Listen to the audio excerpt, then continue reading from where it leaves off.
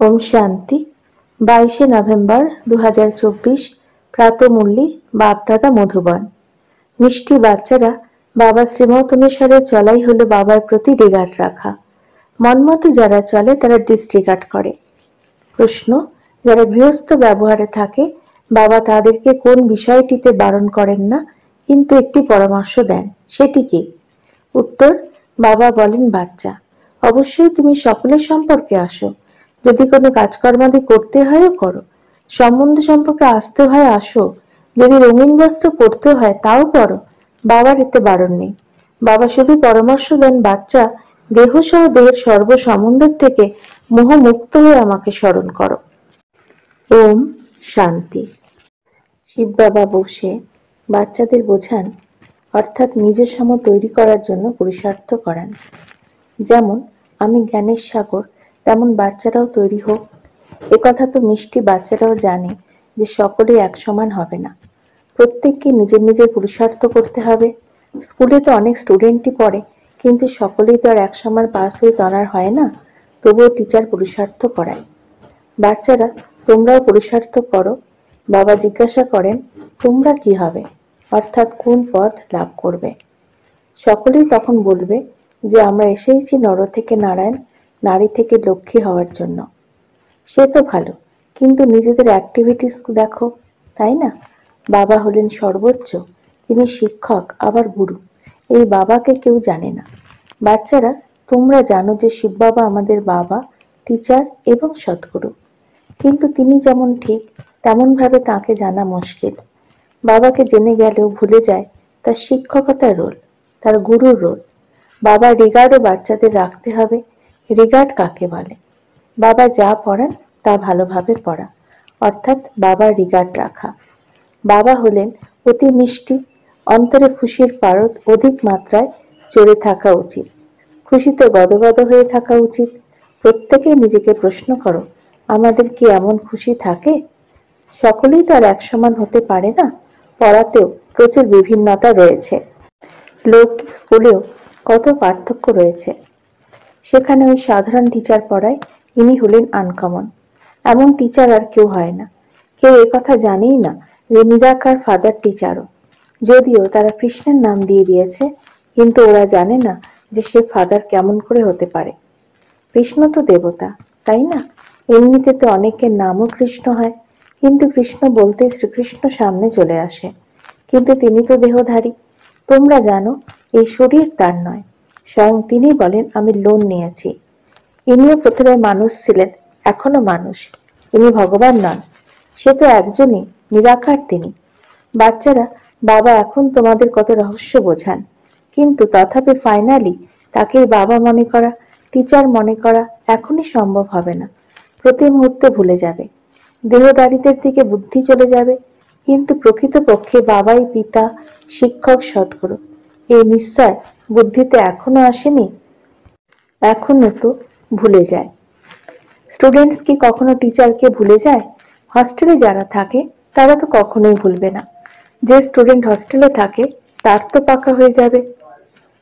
এখানে তো তাও সম্পূর্ণ নিশ্চয় নেই।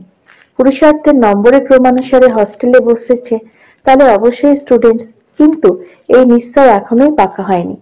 তারা জানে সকলেই নিজের নিজের পুরুষার্থ অনুসারে পদ প্রাপ্ত করছে। ওই পড়াশোনার মাধ্যমে কেউ ব্যারিস্টার, কেউ ইঞ্জিনিয়ার হয়, ডাক্তার হয়। এখানে তোমরা বিশ্বের মালিক হচ্ছ, তাহলে এমন স্টুডেন্টের বুদ্ধি কেমন হওয়া উচিত? চালচলন, বার্তালাপ কতখানি সুন্দর হওয়া উচিত? বাচ্চারা, তোমরা কখনো বিলাপ করবে না। তোমরা তো বিশ্বের মালিক হও। তোমাদের হায় হোসেন, অর্থাৎ হায় ঈশ্বর বলে বিলাপ করা উচিত নয়। হায় হায় করা অর্থাৎ এ হলো তারস্বরে কান্না। বাবা বলেন, যে কাঁদে সে হারায়, বিশ্বের সর্বোচ্চ রাজ্য ভাগ্য হারিয়ে ফেলে। তারা বলে আমরা নর থেকে নারায়ণ হতে এসেছি, কিন্তু চাল চলন তেমন কোথায়? পুরুষার্থের নম্বরের ক্রমানুসারে সকলেই পুরুষার্থ করছে। কেউ ভালোভাবে পুরুষার্থ করে উত্তীর্ণ হয়ে স্কলারশিপ পায়, কেউ আবার অনুত্তীর্ণ হয়ে থাকে। নম্বরের ক্রমানুসারে তো হয়েই থাকে। তোমাদের মধ্যেও কেউ পড়ে আবার পড়ে না। যেমন গ্রামের লোকেদের পড়তে ভালো লাগে না, ঘাস কাটতে যেতেই বলো, তখন আনন্দের সাথে যাবে। সেটাকেই স্বাধীন লাইফ বলে মনে করে। এমনও অনেকে আছে যারা পড়াশোনাকে বন্ধন মনে করে। বিত্তবানদের মধ্যে জমিদাররাও কম নয়, নিজেদের স্বাধীন বলে ভাবতেই পছন্দ করে। কম সে কমের নামে চাকরি তো নয়, তাই না? মানুষ তো অফিস-আদিতে চাকরি করে। বাচ্চারা, এখন তোমাদের বাবা পড়ান বিশ্বের মালিক করার জন্য, চাকরি করার জন্য নয়। এই পড়াশোনার মাধ্যমেই তোমরা বিশ্বের মালিক হবে।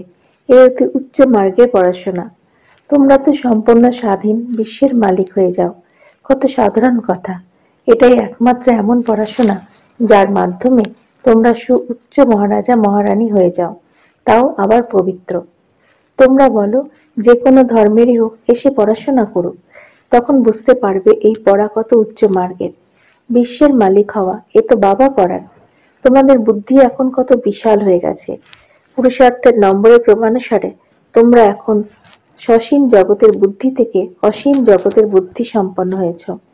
কত খুশি থাকে যে আমরা সকলে আবার অন্যদেরও বিশ্বের মালিক বানাবো। বাস্তবে চাকরি অবশ্যই ওখানেও থাকবে, দাসদাসী ইত্যাদিও তো চাই। অশিক্ষিতেরা শিক্ষিতের কাছে মাথা নত করবে। তাই বাবা বলেন, ভালোভাবে পড়ো, তাহলে তোমরা এমন হতে পারবে। তারা বলেও আমরা এমন হব, কিন্তু পড়া না করলে কিভাবে হবে? যারা পড়ে না তাই তো বাবাকে অত্যন্ত রিগার্ডের সঙ্গে স্মরণও করে না। বাবা বলেন, যত তোমরা স্মরণ করবে তোমাদের বিকর্ম তত বিনাশ হবে। বাচ্চারা বলে, বাবা তুমি যেমন ভাবে চালাবে। বাবা এনার দ্বারাই ওনার মত দেবেন, তাই না? কিন্তু এনার মত গ্রহণ করে না, তাও বস্তা পচা মনুষ্য মতেই চলে। তারা দেখে যে শিব বাবা এই রথ দ্বারা মত দেন, তথাপি নিজের মতে চলে। যে মতকে পাই পয়সার করিতুল্য মত বলা যায়, সেই মতানুসারে চলে। রাবণের মতানুসারে চলতে চলতে এই সময় করিতুল্য হয়ে গেছে। এখন রাম শিব বাবা মত দেন, নিশ্চয়ই বিজয়, এতে কখনোই ক্ষতি হবে না। লোকসানকেও বাবা লাভে পরিণত করে দেবেন। কিন্তু তা নিশ্চয় বুদ্ধি সম্পন্নদের জন্য। সংশয় বুদ্ধি সম্পন্নরা ভিতরে ভিতরে বাধা প্রাপ্ত হবে। নিশ্চয় বুদ্ধি সম্পন্নদের কখনো বাধা আসতে ক্ষতি হতে পারে না। বাবা নিজেই গ্যারান্টি করেন, শ্রীমত অনুসারে চললে কখনোই অকল্যাণ হতে পারে না। মনুষ্য মতকে দেহধারীদের মত বলা হয়। এখানে তো সবই মনুষ্য মত। গায়নও করা হয় মনুষ্য মত, ঈশ্বরীয় মত আর দৈবী মত। এখন তোমরা ঈশ্বরীয় মত পেয়েছ, যার দ্বারা তোমরা মানুষ থেকে দেবতা হয়ে যাও। ওখানে স্বর্গে তোমরা সুখী পাও, ওখানে কোনো দুঃখ নেই, সেটাও স্থায়ী সুখী।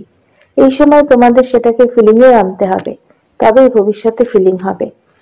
এখন এই হলো পুরুষোত্তম সঙ্গম যুগ, যখন আমরা শ্রীমত পাই। বাবা বলেন, আমি প্রতি কল্পে কল্পের সঙ্গম যুগেই আসি, তা তোমরা জানো। তার মতানুসারে তোমরা চলো। বাবা বলেন, বাচ্চারা গৃহস্থ ব্যবহারে অবশ্যই থাকো। কে বলেছে তোমাদের বস্ত্রাদি বদল করতে? অন্য বস্ত্র চাইলে পরিধান করো। অনেকের সম্পর্কে তোমাদের আসতে হয়। রঙিন বস্ত্র পরার জন্য কেউ বারণ করে না, যে কোনো বস্ত্রই পরো, এর সঙ্গে কোনো সম্পর্ক নেই। কিন্তু বাবা বলেন, দেহ সহ দেহের সর্বসম্বন্ধ পরিত্যাগ করো, তাছাড়া সব কিছু পরো। শুধু নিজেকে আত্মা নিশ্চয় করে বাবাকে স্মরণ করো, একে দৃঢ়তার সাথে পাকা করো। তোমরা একথাও জানো, আত্মাই পতিত আর পবিত্র হয়। মহাত্মাকে মহান আত্মা বলবে, মহান পরমাত্মা বলবে না। আর বলাটা শোভাও পায় না। বোঝার জন্য কত ভালো ভালো পয়েন্টস রয়েছে। সকলকে সদ্গতি প্রদান করা সদ্গুরু তো একজনই, তিনি বাবা। ওখানে কখনো অকাল মৃত্যু হয় না। বাচ্চারা, এখন তোমরা বোঝো যে বাবা আমাদের পুনরায় এমন দেবতা বানাচ্ছেন। পূর্বে একথা বুদ্ধিতে ছিল না। কল্পের আয়ু কত, এও তো জানা ছিল না। এখন সমস্তই স্মৃতিতে ফিরে এসেছে। বাচ্চারা এও বোঝে, আত্মাকেই পাপ আত্মা, পুণ্য আত্মা বলা হয়। পাপ পরমাত্মা কখনোই বলা হয় না। আবার তাও যদি কেউ বলে পরমাত্মা সর্বব্যাপী, তাহলেও তা কত অবুঝের মতো কথা। এ কথা বাবাই বসে বোঝান। এখন তোমরা জানো, 5000 বছর পরে বাবাই এসে পাপাত্মাদের পুণ্যাত্মায় পরিণত করেন। একজনকে নয়, সব বাচ্চাদের তৈরি করেন। বাবা বলেন, বাচ্চারা, তোমাদের যিনি তৈরি করেন সেই আমিই হলাম অসীম জগতের বাবা। অবশ্যই তিনি বাচ্চাদেরকে অসীম জগতের সুখ প্রদান করবেন। সত্যযুগে থাকেই সব পবিত্র আত্মারা। রাবণের উপরে বিজয় প্রাপ্ত করলেই তোমরা পুণ্যাত্মা হয়ে যাও। তোমরা অনুভব করো যে মায়া কত বিঘ্ন ঘটায়, একেবারে নাকে দম ধরিয়ে দেয়। তোমরা জানো মায়ার সঙ্গে যুদ্ধ কিভাবে হয়। ওরা আবার কৌরব আর পাণ্ডবদের যুদ্ধ, সৈন্য সামন্ত ইত্যাদি কি কি সব দেখিয়েছে। এই যুদ্ধের কথা তো কেউ জানেই না, এ হলো গুপ্ত কথা। একে তোমরাই জানো। মায়ার সঙ্গে আমাদের অর্থাৎ আত্মাদের যুদ্ধ করতে হবে। বাবা বলেন, তোমাদের সর্বাপেক্ষা বড় শত্রু হলো কাম বিকার।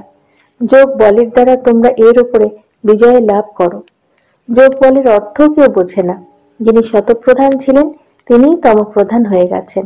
স্বয়ং বাবা বলেন, এনার অর্থাৎ ব্রহ্মা অনেক জন্মের অন্তিম লগ্নে আমি এনার মধ্যে প্রবেশ করি। তিনি তমপ্রধান হয়ে গেছেন, তত্ত্বাম। বাবা কি একজনকে বলবেন? না, তা বলবেন না।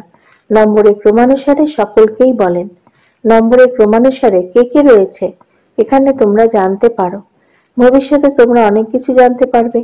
তোমাদের মালার সাক্ষাৎকার করাবো। স্কুলে যখন ট্রান্সফার হয় তখন সব জানা যায়, তাই না? রেজাল্ট পুরোপুরি তখন বেরিয়ে আসে। বাবা তার এক সন্তানকে প্রশ্ন করে, তোমার প্রশ্নপত্র কোথা থেকে আসে? সে বলে, লন্ডন থেকে। এখন তোমার পেপারস কোথা থেকে আসবে? উপর থেকে। তোমাদের পেপার উপর থেকে আসবে। সবই সাক্ষাৎকার করবে। কেমন বিস্ময়কর পড়াশোনা! কে পড়ায় কেউ জানে না। কৃষ্ণ ভগবানও বাচও বলে দেয়। সকলেই নম্বরের ক্রমানুসারে পড়া করে, তাই খুশিও থাকে নম্বরের ক্রমানুসারে। এই যে গায়ন হয়, অতীন্দ্রিয় সুখ কি তা গোপিনীদের কাছে জিজ্ঞাসা করো। এই ভবিষ্যতের কথা বাবা বুঝিয়েছেন। বাবা অবশ্যই জানেন এই বাচ্চারা কখনো অধঃপতনে যাবে না, কিন্তু তবুও জানা নেই যে কি হয়ে যায়। পড়াশোনাই করে না, কারণ ভাগ্যে নেই। তাদেরকে যদি একটু বলা হয় ওই দুনিয়ায় গিয়ে নিজেদের ঘর বসাও, তাহলে তৎক্ষণাৎ চলে যাবে। কোথা থেকে বেরিয়ে কোথায় চলে যায়। তাদের চলন বলন কর্ম এমনই হয়। মনে করো আমরা যদি এতটা পাই তাহলে আমরা গিয়ে আলাদা থাকবো।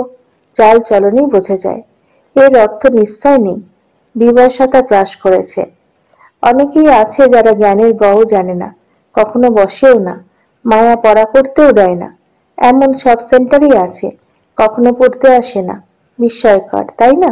এ কত উচ্চ জ্ঞান। ভগবান পড়ান, বাবা বলেন এমন কর্ম করো না, কিন্তু মানে না। অবশ্যই উল্টো কর্ম করে দেখাবে। রাজধানী স্থাপিত হচ্ছে, তাতে তো বিভিন্ন প্রকারের মানুষ চাই।